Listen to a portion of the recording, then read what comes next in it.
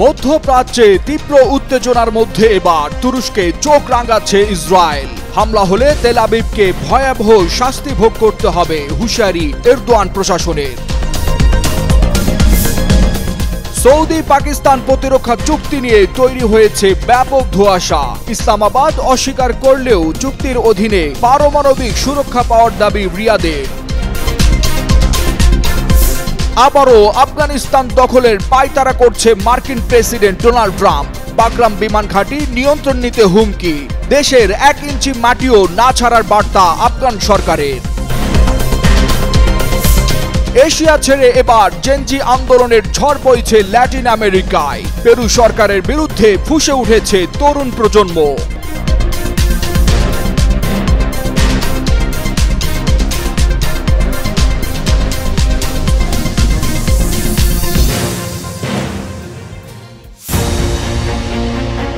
মধ্যপ্রাচ্যের তীব্র উত্তেজনার মধ্যে এবার তুরস্কের দিকে চোখ রাঙাচ্ছে ইসরায়েল। কাতারে তেল আবিবের বিমান হামলার পর থেকে আঙ্কারার প্রতিরোধ ও কূটনৈতিক সতর্কতা ব্যাপক লক্ষণীয়। এরদোয়ান প্রশাসন স্পষ্ট করে জানিয়েছে, যদি তুরস্কের বিরুদ্ধে সামরিক হুমকি আসে তবে তেল আবিব কঠিন প্রতিশোধের মুখে পড়বে। স্থানীয় ও আন্তর্জাতিক বিশ্লেষকরা মনে করেন, পূর্ব ভূমধ্যসাগরে তুর্কি অস্তিত্ব ও সিরিয়ার পরবর্তী পুনর্গঠনে আঙ্কারার ভূমিকা ইসরায়েলের নীতির সঙ্গে সরাসরি সংঘর্ষে জড়িয়ে যেতে পারে।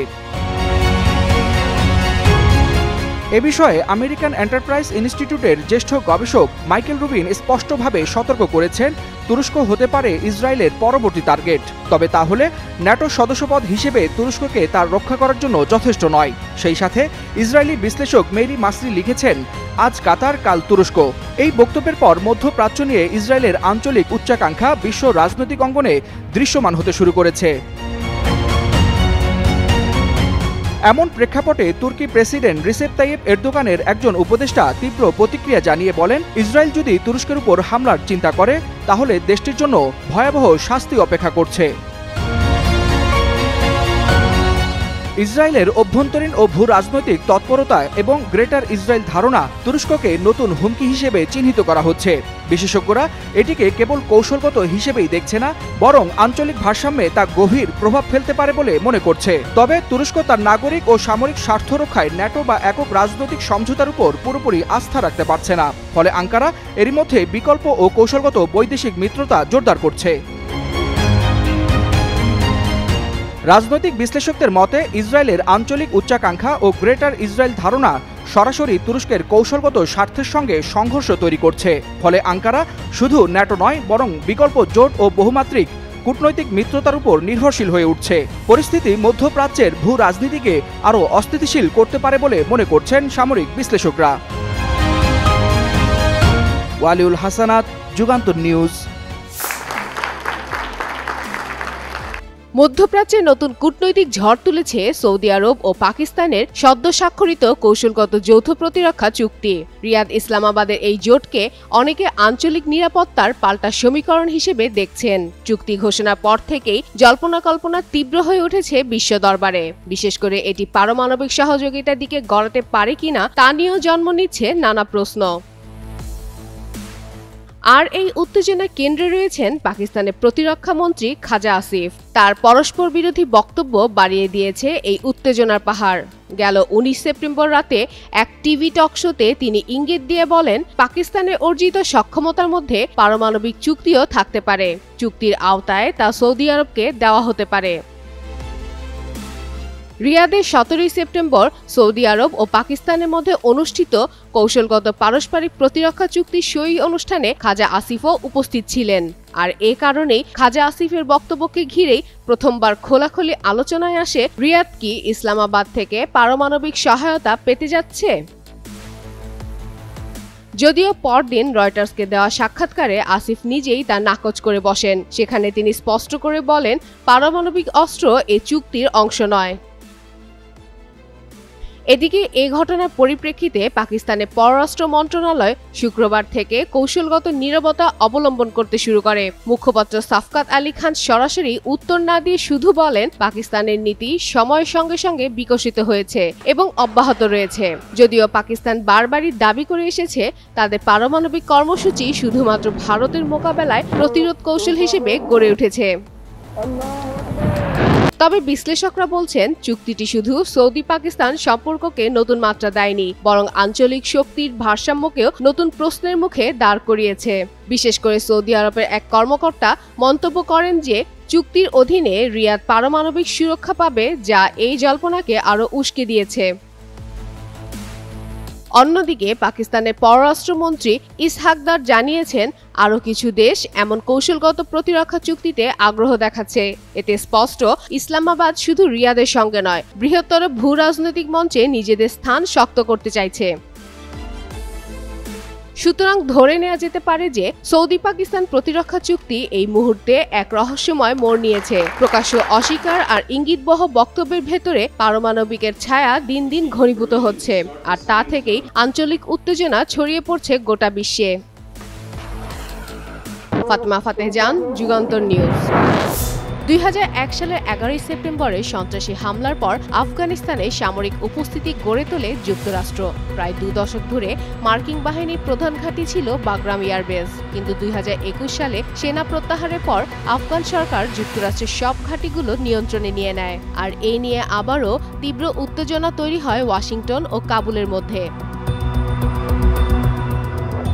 এদিকে নতুন করে পরিকল্পনার জালে জড়াচ্ছে আফগানিস্তান। গেল শনিবার বার্তা সংস্থা রয়টার্সের এক প্রতিবেদনে জানানো হয়, দেশটিকে নিয়ে নতুন পরিকল্পনা শুরু করেছে যুক্তরাষ্ট্র। সামাজিক যোগাযোগ মাধ্যম ট্রুথ সোশ্যালে এক পোস্টে প্রেসিডেন্ট ডোনাল্ড ট্রাম্প হুঁশিয়ারি দিয়ে বলেন, যুক্তরাষ্ট্রকে যদি বাগরাম ঘাঁটি ফিরিয়ে না দেওয়া হয় তাহলে খুবই খারাপ কিছু ঘটবে। যদিও এ নিয়ে আফগান সরকারের সঙ্গে আলোচনা চলছে, প্রয়োজনে সামরিক পদক্ষেপ নেওয়া হতে পারে বলেও ইঙ্গিত দেন ডোনাল্ড ট্রাম্প। এদিকে বিশেষজ্ঞরা মনে করছেন, বাগরাম পুনর্দখল করা মানে আবারও আফগানিস্তান আক্রমণ এবং পূর্ণমাত্রার সামরিক অভিযান হয়ে উঠতে পারে, যা অন্তত 10,000-এর বেশি সেনা ও আধুনিক প্রতিরক্ষা ব্যবস্থা মোতায়েনের দাবি করবে। এর মধ্য দিয়ে ইরান থেকে মিসাইল হামলার আশঙ্কাও বাড়বে। বাগরাম ঘাঁটি ঘিরে এখন আবারও উত্তেজনা বাড়ছে। আফগান মার্কিন উপস্থিতির বিরোধিতা করলেও ট্রাম্প স্পষ্ট জানিয়ে দিয়েছেন, ঘাঁটি ফেরত না দিলে কঠোর পদক্ষেপ আসবে।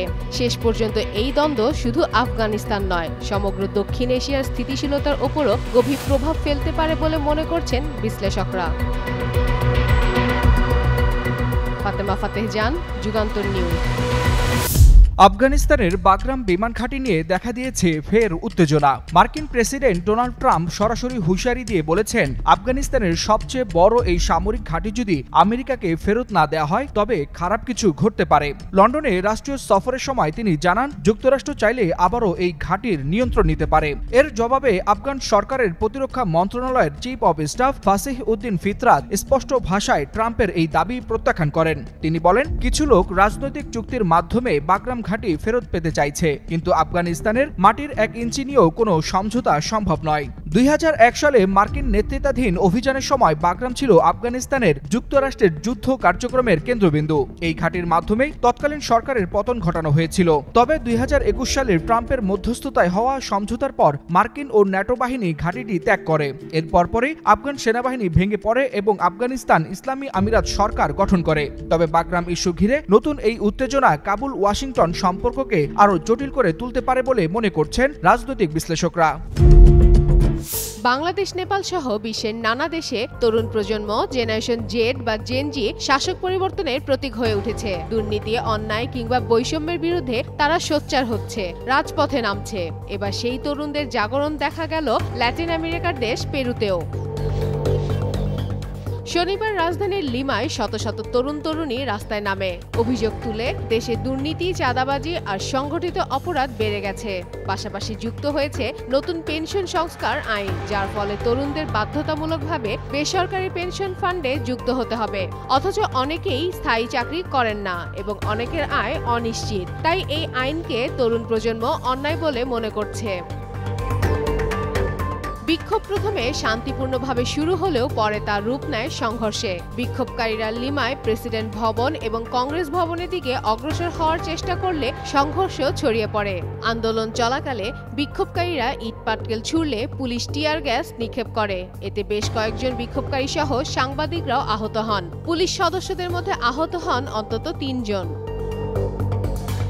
এদিকে বিক্ষোভকারীদের কথাতেই ক্ষোভ স্পষ্টভাবে ফুটে উঠেছে। বিক্ষোভকারীরা বলছেন, আগের তুলনায় এখন দেশে গণতন্ত্র কমে গেছে, মানুষ ভয়ে চুপ থাকে, কংগ্রেস জনগণের অনুমোদন ছাড়াই সিদ্ধান্ত নিচ্ছে এবং দেশকে ধ্বংস করছে।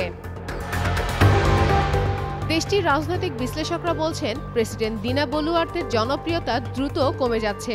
দুর্নীতি আর অপরাধের কারণে সাধারণ মানুষ সরকারের ওপর আস্থা হারাচ্ছে। তবে এই বিক্ষোভ দেখিয়ে দিল, জেনজি প্রজন্ম কেবল সোশ্যাল মিডিয়ায় নয়, রাজপথেও দৃঢ় কণ্ঠস্বর তুলতে পারে। বাংলাদেশ নেপালের মতো এবার পেরুতেও একই বার্তা বহন করছে যে তরুণরা চুপ করে বসে থাকার নয়, বরং ন্যায় বিচার ও নিজেদের ভবিষ্যতের জন্য রাস্তায় নামতে জানে। অন্যায়ের বিরুদ্ধে কথা বলতে ভয় না পাওয়া এই প্রজন্ম ইতিমধ্যেই অনেক দেশে নতুন রাজনৈতিক চেতনার জন্ম দিয়ে বিশ্বকে দেখিয়ে দিয়েছে যে তারা সব পারে। ফাতেমা ফাতেহ জান, যুগান্তর নিউজ।